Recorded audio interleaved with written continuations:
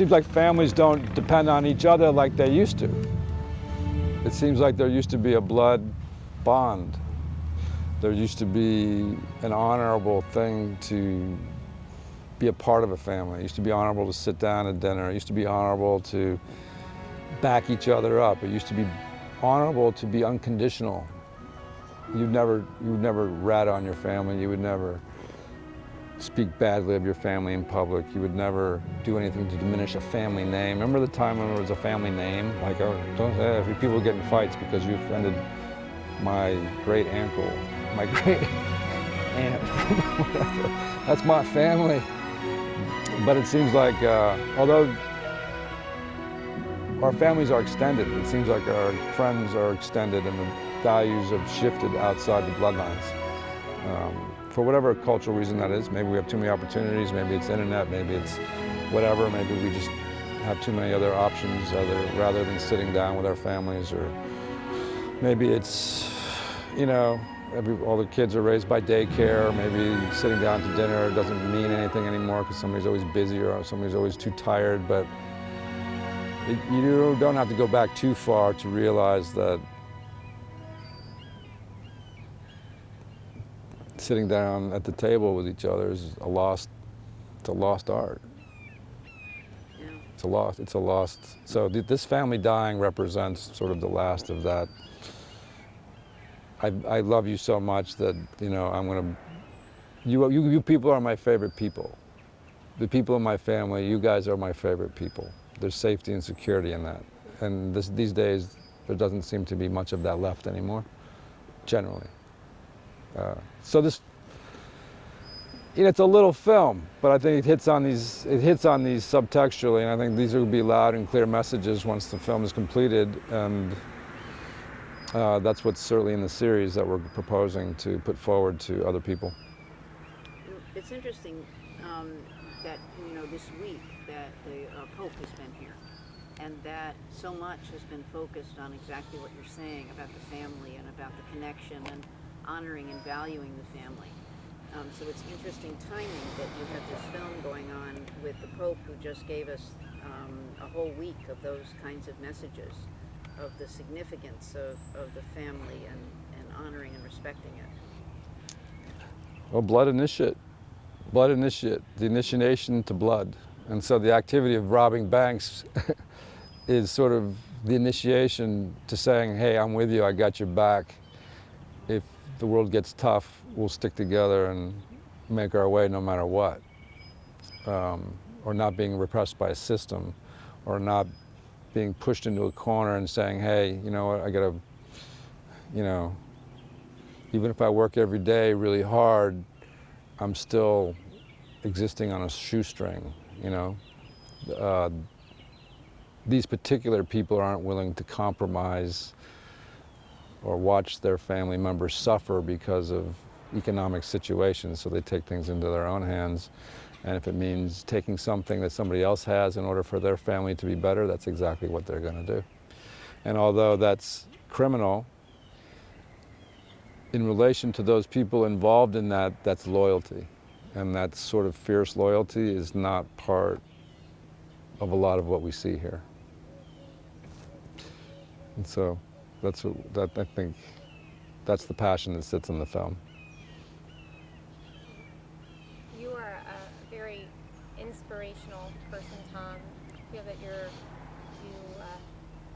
it's like you're sunshine to our seeds and help us grow and to develop into the, you know, beauty that we might not see for ourselves until it starts to blossom. And I feel like things are blossoming all around you.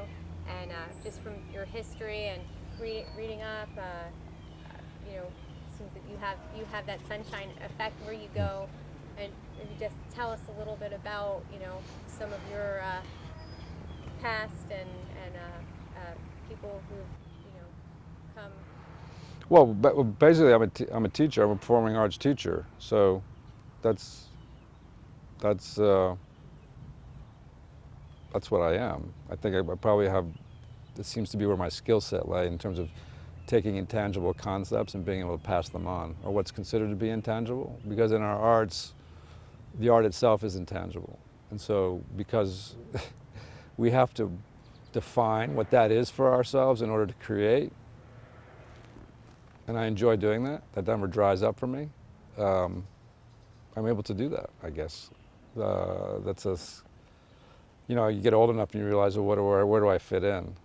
And you go, well, if you need somebody to teach and pass on something that most people can't teach and pass on, I'd be the guy to talk to.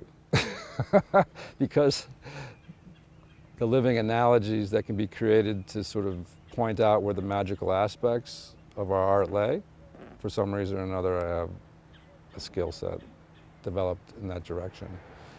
I love the arts myself. I love writing, I love acting, and I love the directing aspect of things, but by no means did those things come naturally to me, or nor was I ever even talented at those things. But because I've always been teaching, I've always been able to share what I've understood in one form or another.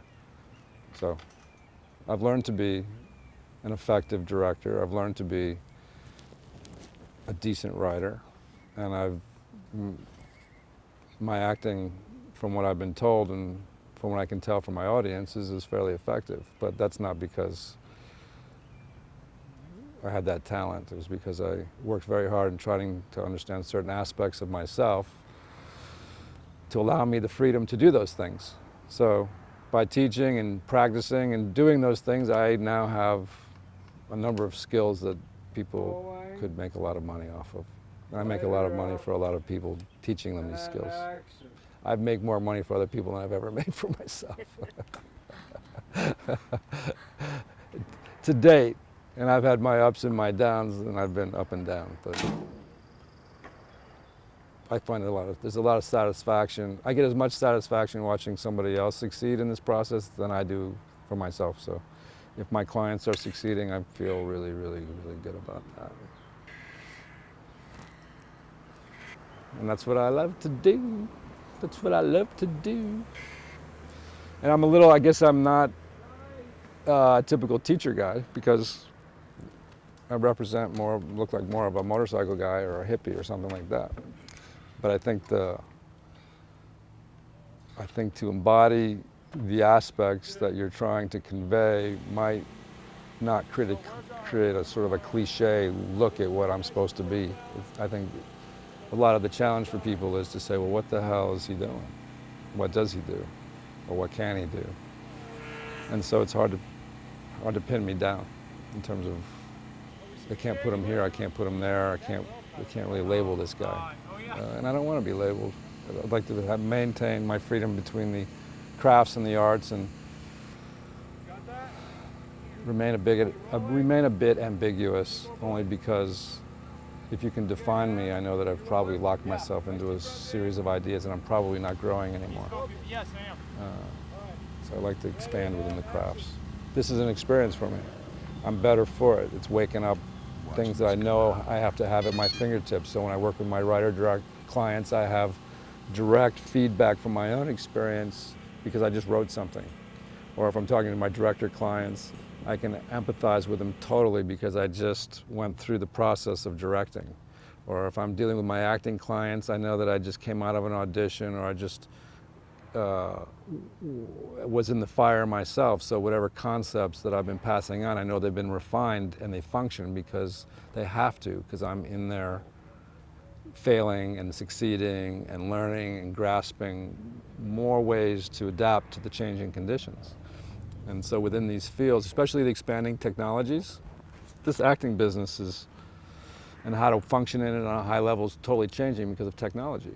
So we need new techniques that allow us to adapt and to educate people within these new technologies. And that's pretty much what I'm bringing to the table, is a 21st century process for filmmakers and actors, writers, and directors.